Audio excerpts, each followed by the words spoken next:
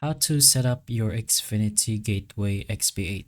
So just go ahead and get your app ready. You can download that in your Play Store and whatnot.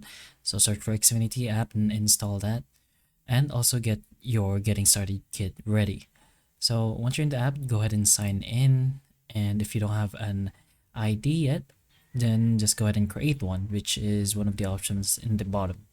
Then just go ahead to your device and connect it directly by scanning for a QR. You can use your phone's camera to scan the QR itself, or you could go ahead and manually put in the CM MAC number yourself.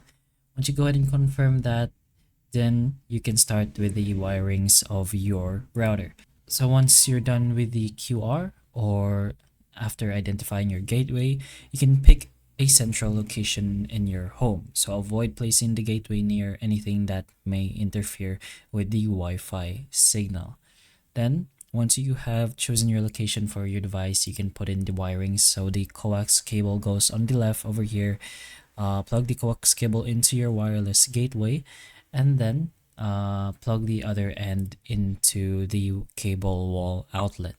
Then for the power, you can plug the power cord into the back of your wireless gateway, and for the other end, of course, into an electrical outlet.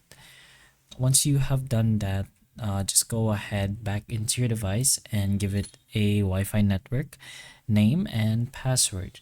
Once you have confirmed that, you will see something like this. Just go ahead and wait for that to finish. And once it is done, your network is going to be up and running apparently.